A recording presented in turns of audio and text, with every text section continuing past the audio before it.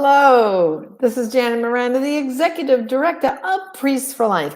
Welcome to Just Ask Janet. I want to remind you that during this program, we want to also answer your questions. So if you have a question, let us know. We'd love to answer it. Well, joining me today is a very, very dear friend of mine and Father Pavone's and our ministry. Our two ministries, we've been working together for decades in trying to bring an end to abortion. His name is Alan Parker. He's the president and co-founder of the Justice Foundation. He's also a brilliant lawyer. He probably could be making a lot more money out in the secular field as a brilliant lawyer, but he chose to put his lawyer brain to bringing an end to abortion. So, Alan, welcome to the program. Thank you, Janet, and thank you for having me with you today. It's a great honor, and it's been a joy to work with you and Father Pavone for about 21 years now. That's right. That's right.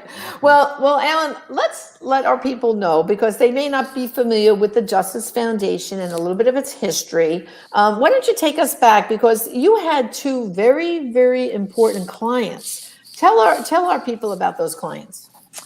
Yes, back in the year 2000, we began to have the great honor of representing Norma McCorvey, who was the actual Roe of Roe v. Wade. And we also represented Sandra Cano, who was the actual real woman who was the Doe of Doe v. Bolton. And Roe v. Wade and Doe v. Bolton were the two cases that got joined together at the Supreme Court as companion cases. And together, unfortunately, they were part of the greatest tragedy in American history and in the world today, the tragedy of injustice of abortion being legalized in the United States. But at that time, both women had come to the conclusion, we were wrong. We want to do everything we can to clear our name, and we want to be pro-life. And actually, Sandra really never wanted abortion. Norma did. She changed her mind. Sandra was fraudulently used by her lawyers and her mother.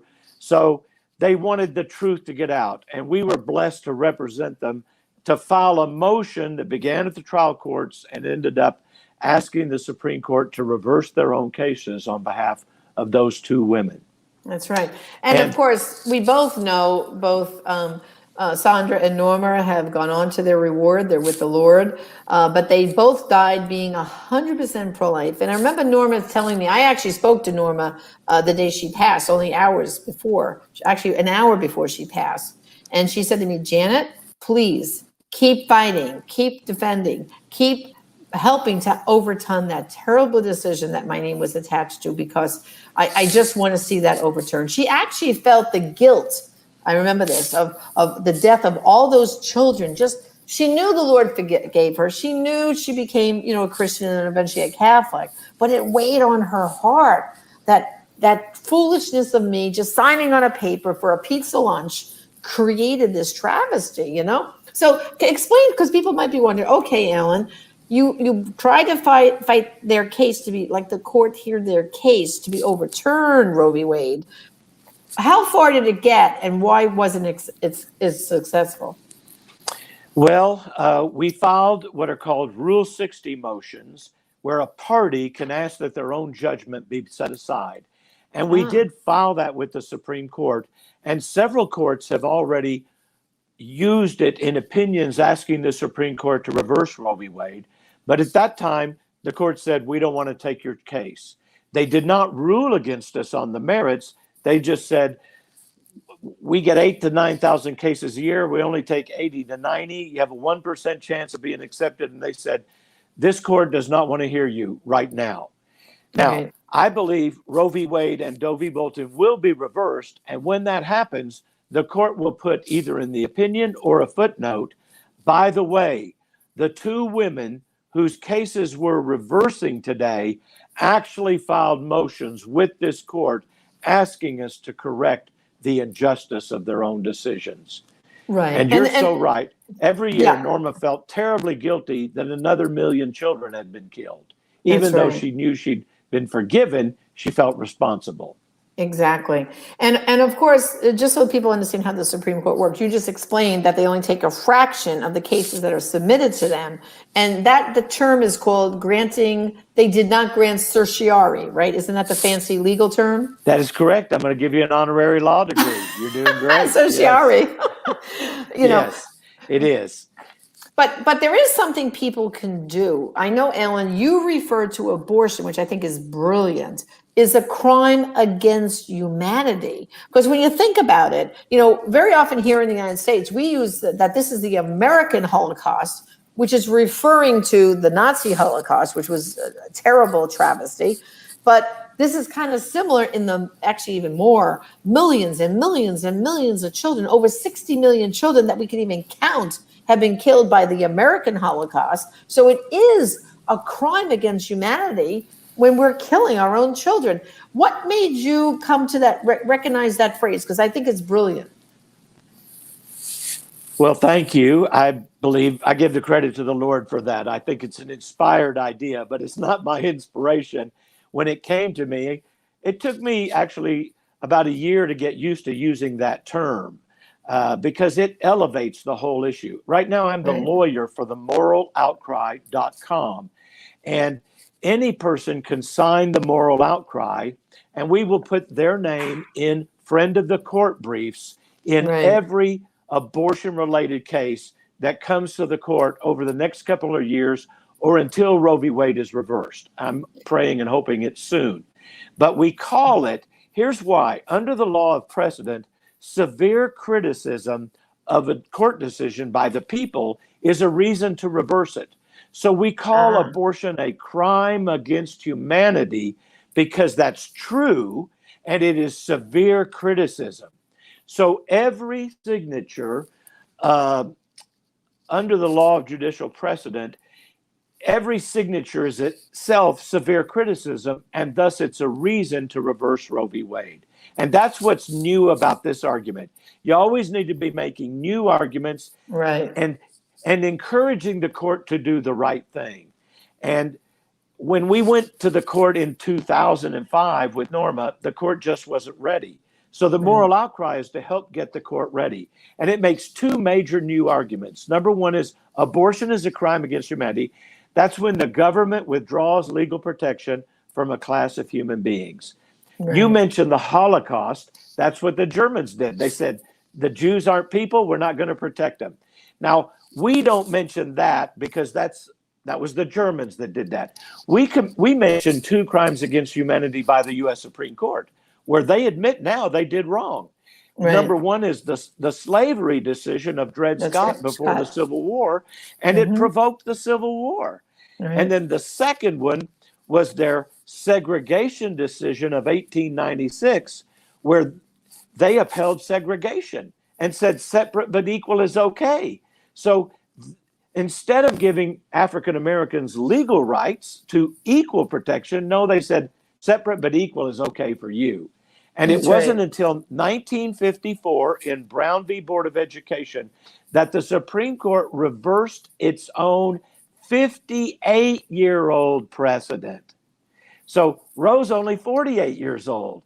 The court got rid of one of its greatest injustice, segregation, by reversing Plessy in 1954. So we mentioned those two cases. The other thing we mentioned as a reason to overturn it, and you've got the Operation Outcry symbol up behind me, abortion hurts women. And we started working with you in Abortion Silent No More awareness campaign back in 2000, collecting the testimonies of women. And you and others have helped us put those legally into. We do the legal part. Y'all do a lot of the collection and awareness. So we work together. I'm licensed to practice before the Supreme Court, and you pretty much have to be to file a brief there. So that's how we work together. But the last argument I want to mention is this, because in 1992, 5 judges had written that Roe v. Wade was wrongly decided. Our side thought we were going to get a reversal of Roe v. Wade. But a case got there called Planned Parenthood v. Casey. Versus Casey, yeah. And the court said, well, it may have been wrongly decided, but women have come to rely upon it. So we're going to reduce it from a fundamental right to a mid-level right. We're going to allow the states to have some informed consent and waiting periods and reasonable regulations, but women still get to have abortion because they come to rely upon it. Today, no woman has to rely on abortion to get the freedom of Roe v. Wade without its human cost. What do I mean by that? If Roe were, if Arkansas or some other state banned abortion, a heartbeat bill went into effect, and abortion was illegal in her state, no woman would have to care for a child she doesn't want.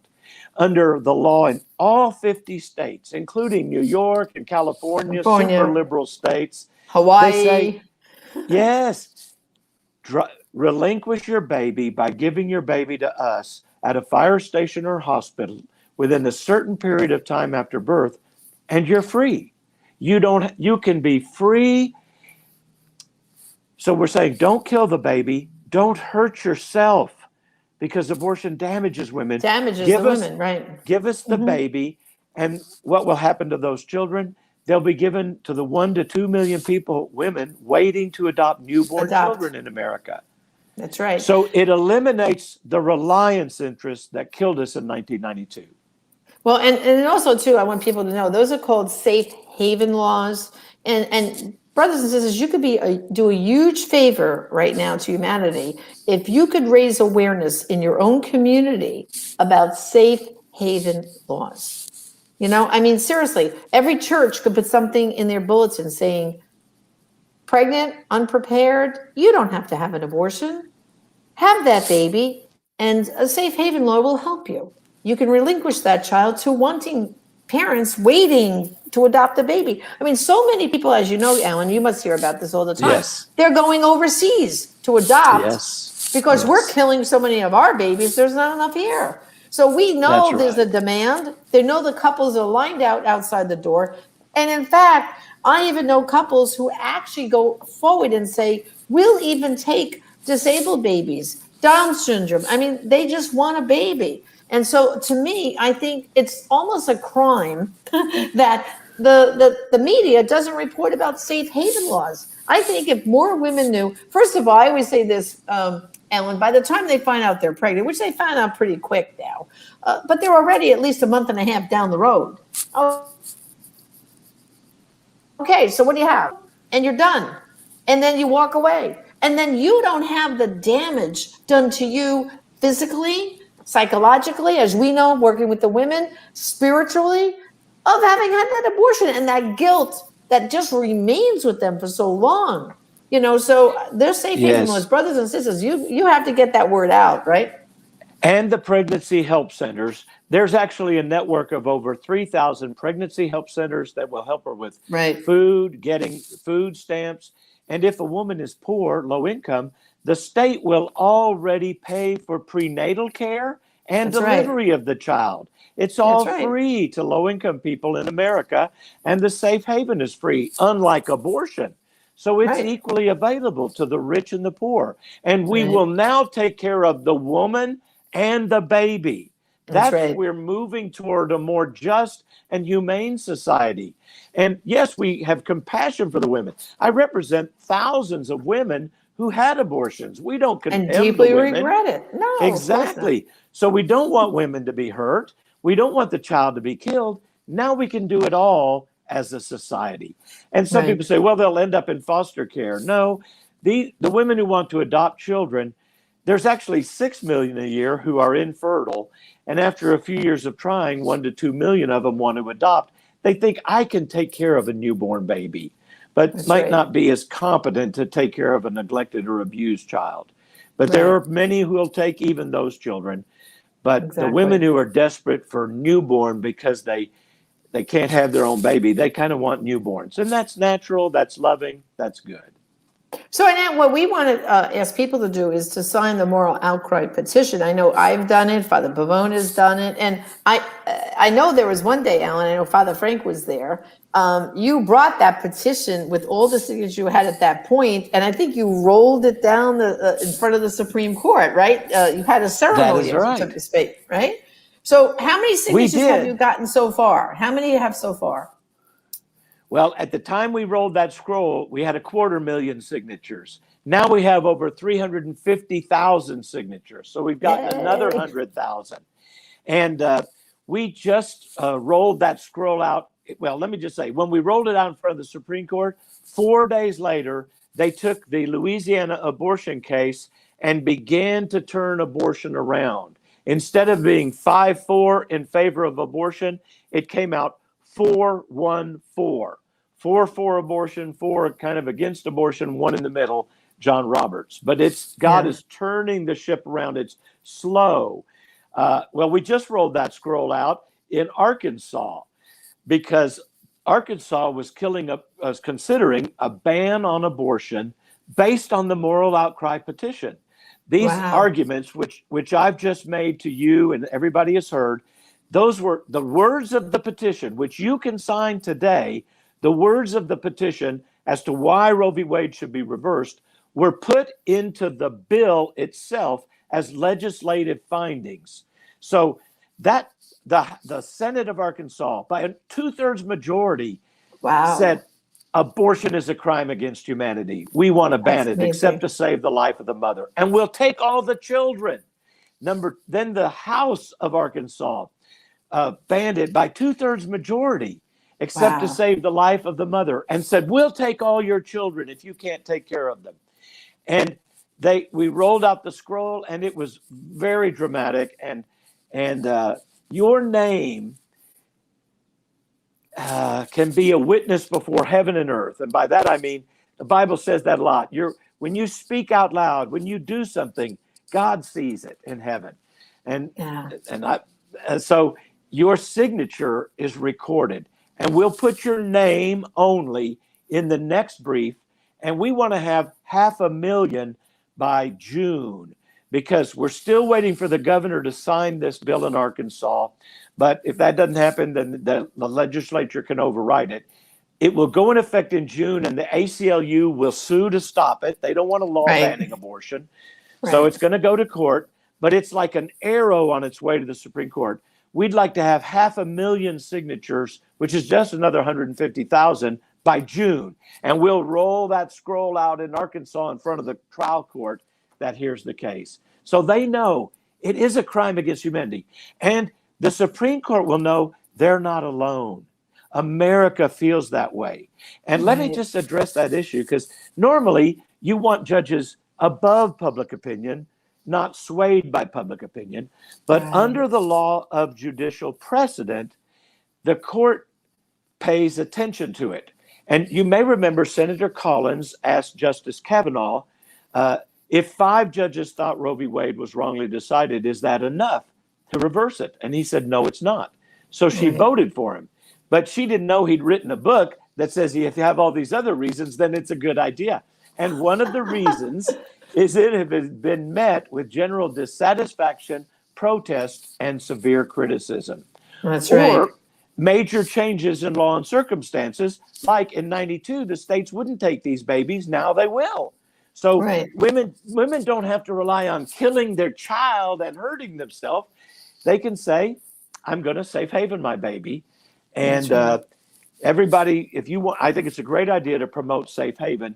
There's a website called National Safe Haven Alliance, or just Google safe haven laws. It'll come up, and they have a map.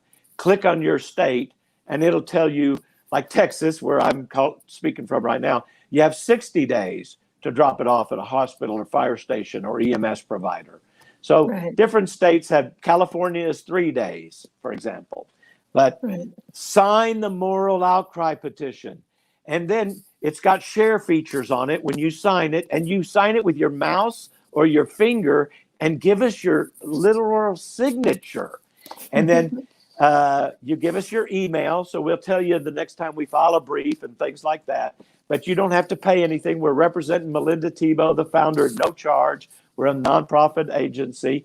And just your name, not your contact data or anything, will be in the brief.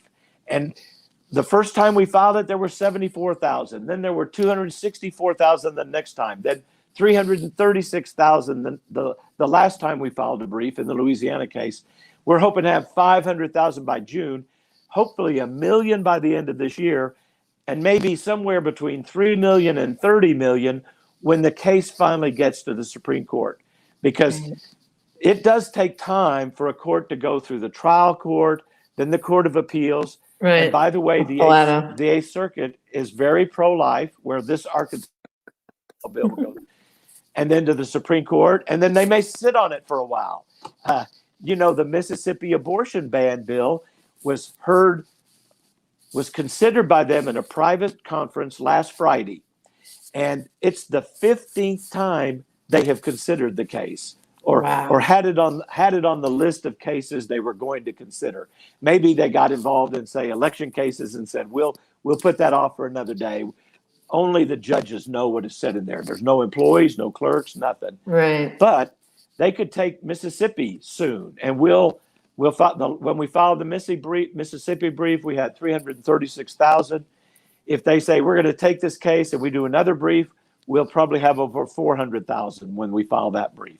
And that shows them this is a growing chorus. They're not alone, and it's not just wrong, it's grievously wrong. It's a crime against humanity. There's a better way to help women. Stop killing babies, stop hurting women, give us the baby, and they're loving homes. This is not just 1 million backed up. Every year, more women come into the group and more women leave the group. Young women, 25% of American women between 18 and 24 have sexually transmitted diseases. Some of those leave you infertile. Marriage, don't wait for marriage and to have sex. We know that. But also women are delaying pregnancy till they're 30 or 35, and you can be infertile at that age, as well as many in between. So exactly, there's more women than there are children dying. Okay, so we're going to tell everyone, go to themoraloutcry.com. I've signed it. Father Pavone has signed it. So many of the women from Silent No More have signed it. Brothers and sisters, we need you to sign it too. If you're upset about abortion, this is one way to have your voice heard. Go to themoraloutcry.com. And then finally, Alan, your website at the Justice Foundation, if they want to support your work and get more involved in all the projects you do, what's your website? Thank you. And there are a lot of legal resources for them.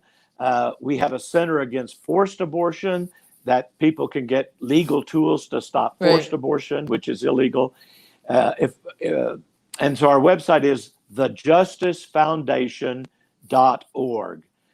You can Google Justice Foundation, but it's thejusticefoundation.org. And if you're a woman who's had an abortion, like many women of Silent No More, have also filled out a legally admissible written affidavit that we provide to the court. In fact, Janet, I would imagine, we had that many women of Silent No More, we gave 4,600 testimonies to the Arkansas legislature as proof that abortion hurts women. That's right. One of the women who had been raped testified why there wasn't a need for a rape exception. So the women's testimonies are powerful. That's part of Operation Outcry. But we could use more women's stories. If the court thinks it's helping women, it's not going to overturn Roe v. Wade. But once we know you're killing a human and you're hurting women, and now women can be free without killing the child and injure themselves, you can have the freedom of Roe v. Wade without its human cost. That's right. That's a movement forward. Well, Alan, thank you for joining us today. It was a great pleasure. And again, brothers and sisters, just go to thejusticefoundation.org to support Alan's work and get more information. And of course, everyone better sign that petition, themoraloutcry.com. Well, Alan, thank you. God bless you. And I'm going to pray that all this works real soon. Okay? Thank you. Thank you. And God bless you, Father Pavone. God bless you both. Thank you. Well, brothers and sisters, before we go, okay, I want to turn your attention to our online store, prolifeproducts.org. And you can't see what I'm wearing here today, but I have from our youth division, I'm going to show you, it's called a hoodie. I'm going to put my little hood up here. Look at this. And this was designed by our director of youth outreach. I'll see if you can see the back here, Brian Kemper. And it says, social justice, there's that word, Alan, justice begins in the womb. So it's still kind of cold out. And I know you could get a pro-life message out this way by having that phrase on your back as you're walking along or jogging out there. Social justice begins in the womb. So go to I want that. We'll have to send you one, Alan. ProLifeProducts.org. Okay, brothers and sisters, and order one today. Well, again, thank you for joining me on our program. God bless you all, and let's get active and sign that petition for Alan, and then go to our website and get a pro-life product. God bless.